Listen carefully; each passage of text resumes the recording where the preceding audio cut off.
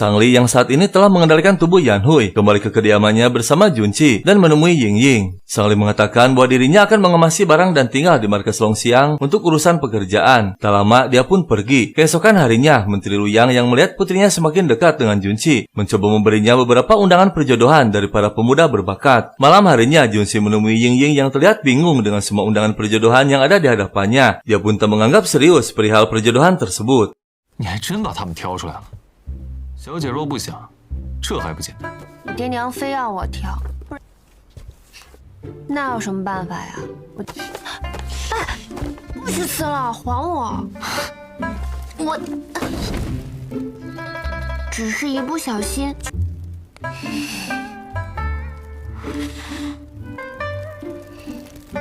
Meskipun semua undangan telah habis terbakar, Menteri Luyang mendatangkan semua pemuda yang ada di kartu undangan tersebut untuk mengobrol dengan Ying Ying melalui sekat. Ying Ying pun terpaksa menuruti keinginan orang tuanya. Dia berbicara kepada semua pemuda tersebut mengenai syarat-syarat yang perlu disetujui sebelum memutuskan untuk menikah. Setelah mendengar semua syarat tersebut, sebagian besar pemuda yang hadir mundur dan menolak melanjutkan perjodohan. 好，顺我一场。可以，陆小姐太霸道，告辞。 Dan tiba-tiba seorang pemuda bernama Hong An maju menghadap Ying Ying dan menyetujui persyaratan tersebut. Ying Ying baru menyadari bahwa pemuda tersebut adalah teman kecilnya dan mereka pun berbincang di sebuah restoran. Ying Ying merasa tak nyaman bersama Hong An karena dia terlalu menyombongkan kekayaannya. Tak lama dia pun beranjak pergi namun Hong An menahannya. 放开！不放！放开！这么驳我面子是吗？你说什么都得给我喝了。到此为止吧。 Junqi yang cemburu dengan Hong An pergi ke rumah Peng Man. Sang Li menyuruhnya menyatakan perasaan pada Ying Ying sebelum terlambat. Setelah yakin dengan perasaannya, Junqi pun pergi menemui Ying Ying. Namun dia terkejut saat mendapati restoran yang Ying Ying kunjungi mengalami kebakaran. 彩萍，小姐呢？莹莹，莹莹呢？莹莹呢？小五，我不是让你在那边等我吗？受伤了没有？ 怎么了，小五？ Junqi yang telah lama menyukai Ying Ying menyatakan perasaannya. Ying Ying pun membalas perasaannya dan mereka mulai saling berterus terang. Junqi mengatakan bahwa dia sebenarnya seorang pangeran kelima Daning. Saat dia lahir, seorang ahli astrologi mengatakan bahwa Junqi adalah pertanda buruk bagi Daning. Itulah sebabnya Junqi dibenci ayahnya dan ditelantarkan oleh ibunya yang pulang ke negara Yu. Pangeran pertama seringkali menyakiti Junqi, bahkan membuangnya ke arena pertarungan. Namun dia tak menyangka bahwa Junqi bisa bertahan hidup dan diselamatkan oleh kaum negara Yu. Kini tujuan Junqi hanya ingin menghabisi pangeran pertama dan kaisar. 原来是这样。其实你不是奴隶小五，对吗？我是大宁的五皇子，我母亲是越族人。青天剑说我是大宁的不祥之兆，正好需要一个身份。终于向我坦白了。为什么非要杀大皇子？我扔进了斗圣场，只遭到父皇的厌弃。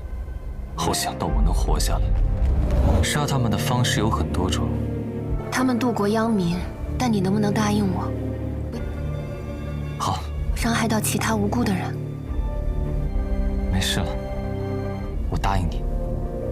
Keesokan harinya, kediaman Menteri Ritus Tuan Lu mengadakan acara ulang tahun Yan Hui. Sebelumnya, Sang Li telah mengganti minumannya dengan air putih karena racun satu hati tak akan berfungsi jika terkena arak. Tak lama, pangeran pertama muncul untuk mengucapkan selamat. Dia sengaja membawa minuman dan menyuruh Yan Hui untuk meminumnya. Dengan terpaksa, Sang Li pun meminumnya. 我亲自敬宴回大人，但回大人喝的是忠心。还不快快端起酒杯！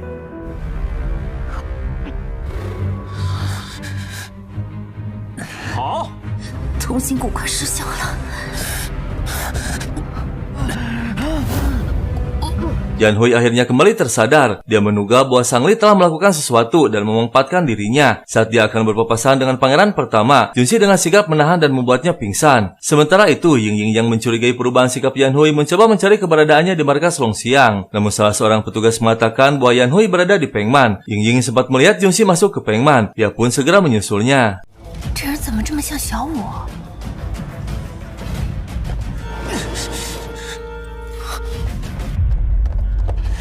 放开我！是你在里面吗？莹莹，这妖女用蛊虫控制我。可恶，你听到没？你放开我，莹莹！ Ying Ying memberitahu Yan Hui mengenai identitas Junsi yang sebenarnya. Dia meminta Yan Hui tak melaporkannya kepada Kaisar, karena meskipun Jansi dan Sang Li mengendalikan tubuh Yan Hui, namun mereka tak pernah mencelakai dan berniat buruk padanya, karena mereka pernah menyelamatkan keluarganya. Yan Hui pun menuruti permintaan tersebut. Akibat perbuatannya terhadap Yan Hui, Ying Ying pun diusir Junsi dari kediamannya. Keesokan harinya, pangeran pertama meminta Menteri Lu Yang memanipulasi fenomena langit dengan menciptakan awan keberuntungan dari kembang api saat upacara persembahan berlangsung. Dia memerintahkan Lu Yang melakukannya di desa Xiaohi, meskipun risikonya akan membahayakan warga desa. Karena tak setuju dengan perintah tersebut, diam-diam Menteri Lu Yang mencoba melaporkan rencana jahat tersebut kepada Kaisar melalui surat rahasia. Namun sayangnya surat tersebut jatuh ke tangan pangeran pertama. 今夜想上承陛下的密函， 还想告发我，真是冥顽不灵。杨云必须胆子不小啊！小河村我照诈不误。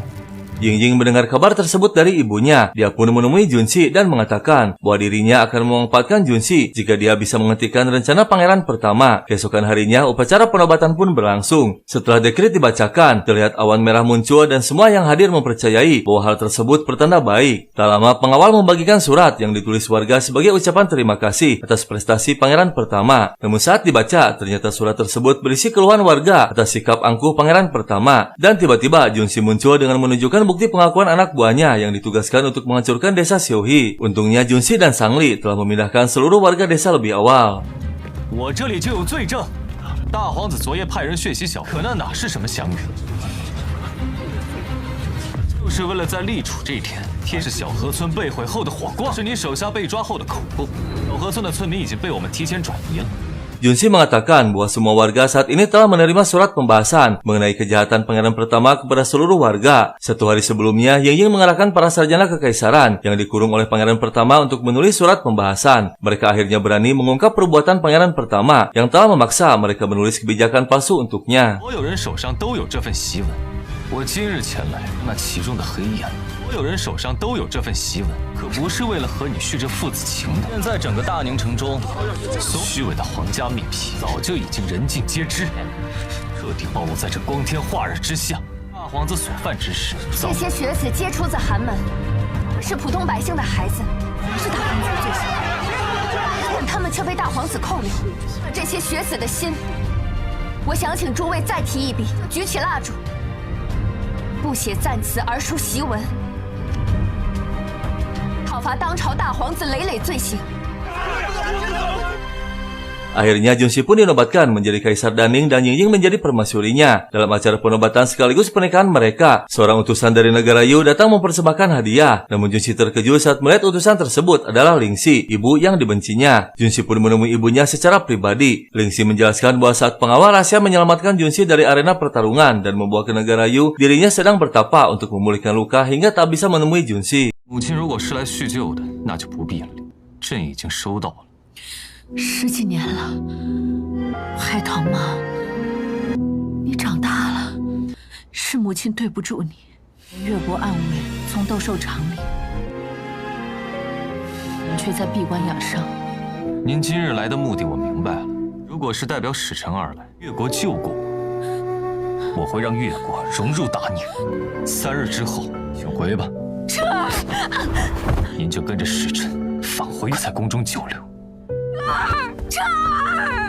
Tanpa Junsi ketahui, ibunya telah menyimpan racun rumput pemisah jiwa pada boneka barongsai agar terhirup oleh Junsi. Dengan begitu, Lingxi dapat mengendalikan pikiran Junsi dan menguasai Daning. Dan benar saja, keesokan harinya dengan kendali Lingxi, Junsi mengeksekusi belasan pejabat senior. Setelah diperiksa, Ying Ying menemui Junsi dan mengatakan para pejabat tersebut terbukti melakukan korupsi dan mengkhianati negara.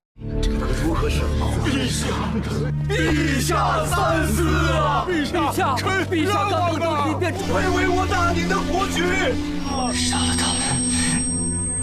娘娘，娘娘，陛下一怒之下杀了10几个老臣，君臣就是在登基之后杀了大宁朝。你也是来怪我的吗？ 3朝元老贪慕的军饷，这些人有的是贪官污吏，也答应过我不再滥杀无辜的。看到那份名单的时候，我就知道了。相信你，你为什么不和那些大臣们解释？他们朝着我头的，多保我一会儿。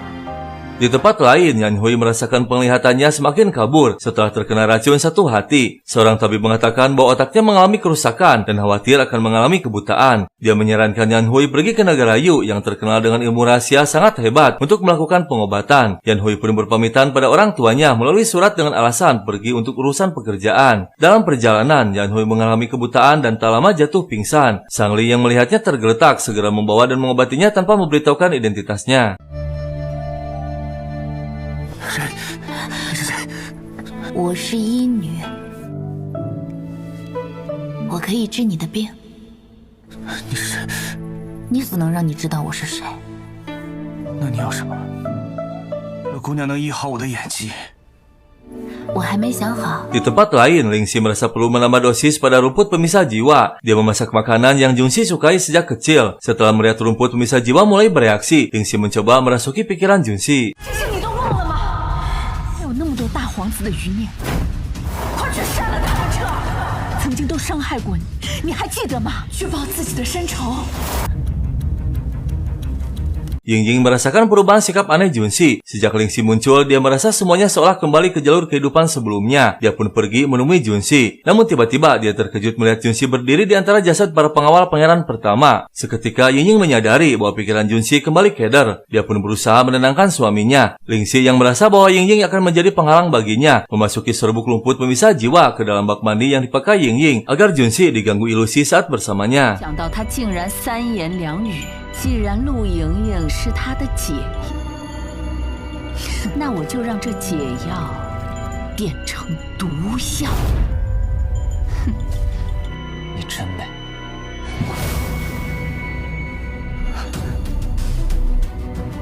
怎么了？没什么，你好美。你到底怎么了？你要不要先去休息一下？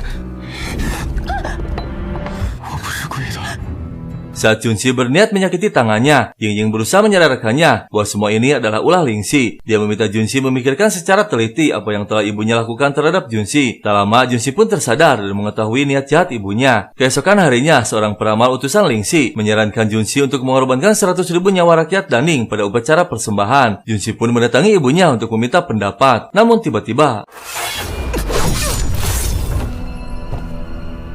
还有什么是我做不出来的？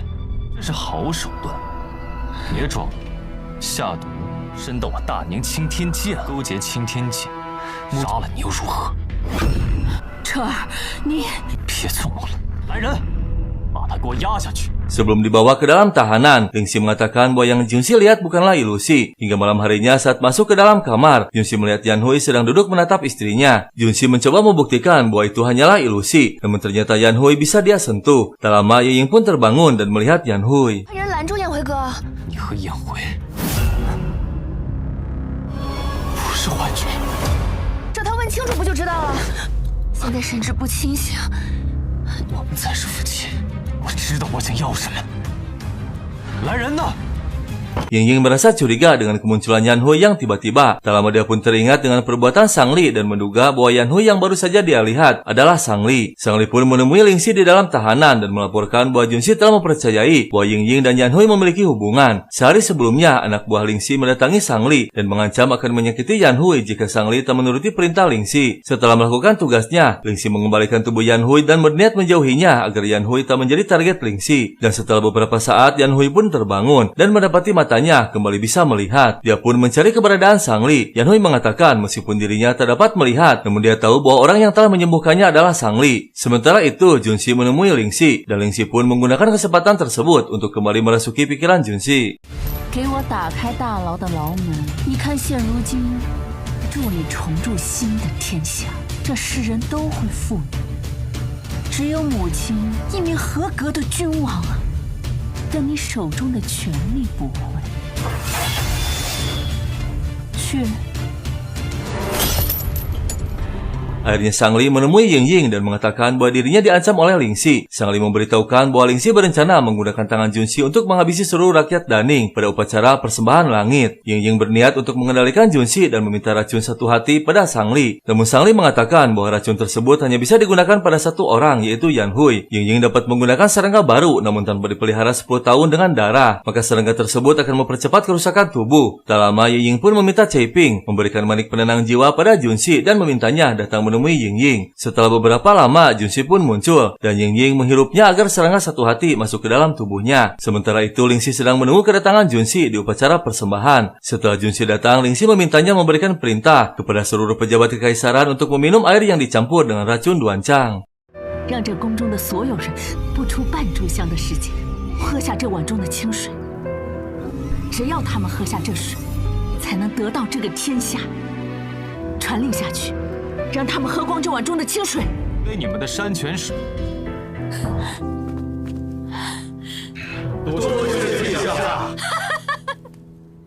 Setelah melihat Ling Si yang terlihat puas dengan rencananya, Junxi mulai berbalik arah melawan Ling Si dan mengatakan bahwa Ling Si hanya mengambil keuntungan untuk dirinya sendiri. Akhirnya Ling Si mulai menyadari bahwa yang berdiri di hadapannya adalah Ying. Ying memarahinya dengan mengungkapkan segala kejahatannya terhadap Junxi sejak dia masih kecil. Ling Si pun merasa terguncang dan tertunduk lemas. Ying meminta Ling Si untuk memberikan penawar racun untuk Junxi. Setelah berpikir beberapa saat, Ling Si pun memberikannya. 解药给我。你给君彻下的毒，只有你一人能解。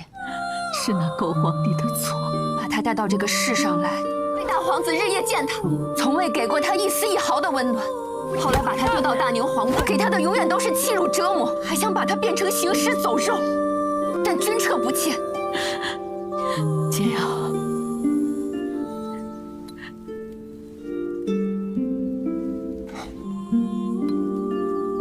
Setelah meminum penawar racun rumput pemisah jiwa, Ying mengembalikan tubuh Junxi. Setelah keduanya tersadar, tiba-tiba dia merasakan efek dari serangga satu hati. Sang Li pun bergegas muncul dan meminta Junxi menunggu di luar, sementara dia akan memeriksanya. Seperti dugaannya, serangga satu hati mempercepat penghisap darah Ying. Sang Li mengatakan bahwa Ying hanya bisa bertahan beberapa hari saja. Ying meminta Sang Li tak memberitahukan hal tersebut pada Junxi. Keesokan harinya, Ying mengajak Junxi ke kuil Daxiong. Di sana dia menulis harapan dan menggantungkannya di pohon harapan. Tak lama dia pun berdoa di dalam kuil, namun Junxi mencari tahu apa yang ditulis Ying. Sebelum dia sempat menemukan tulisannya, terdengar suara panik seorang pendeta dari dalam kuil. 施主，你怎么了？爷爷，我带你回宫，去找桑林。我跟你说个秘密啊，我想你陪我说说话，我好累。 Ying menceritakan bagaimana penderitaan yang dia alami sekaligus perlakuan kejam Junxi di kehidupan sebelumnya. Itulah sebabnya mengapa Ying sangat membenci Junxi di awal pertemuan mereka di kehidupan kedua. Dia meminta Junxi berjanji agar menjalani hidup dengan baik dan menjadi kaisar yang bijaksana. Hingga tak lama Ying pun menghembuskan napas terakhirnya. Dan singkat cerita, 10 tahun kemudian, Junxi menepati janjinya pada Ying dengan menjadi kaisar yang bijaksana. Kini dia meminta seseorang yang bisa membuatnya bertemu dengan Ying. Hingga tak lama dia pun berada di sungai kelupaan seperti yang Ying alami. Kemudian Junxi berinkarnasi di tahun ke-28 Tianchen. 大人，证据确凿，事成之后，你可不要忘了我呀。那是自然。你是谁？杀你的人。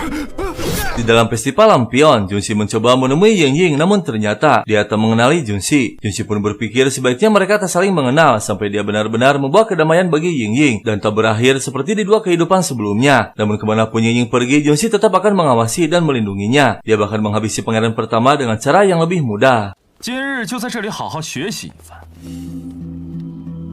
把这篇文章抄写10遍。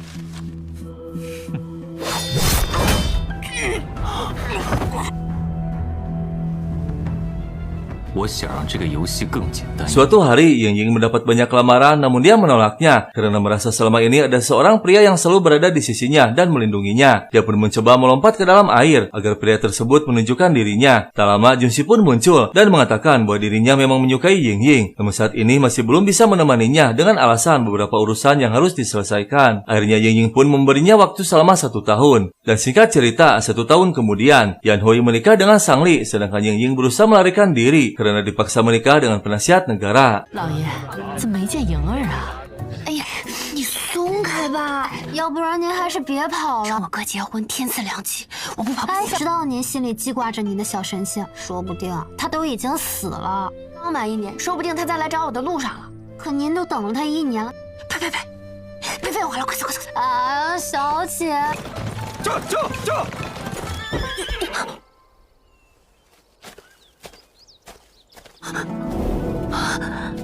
！Junshi tiba-tiba muncul dan mengatakan bahwa dia telah berhasil membuat negara Daning aman dan sejahtera. Di kehidupan kali ini, dia memilih menjadi penasihat negara. Dan penasihat negara yang ingin Menteri Luyang nikahkan dengan Ying adalah dirinya. Dan akhirnya mereka bersatu kembali untuk selamanya. Dan kisah film pun selesai.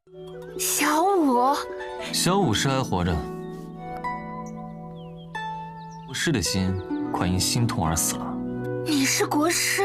似乎也不想嫁给我。告诉我一声就提亲了，你套我话不算。如今大宁和庆海晏，你愿意嫁给我吗？我愿意。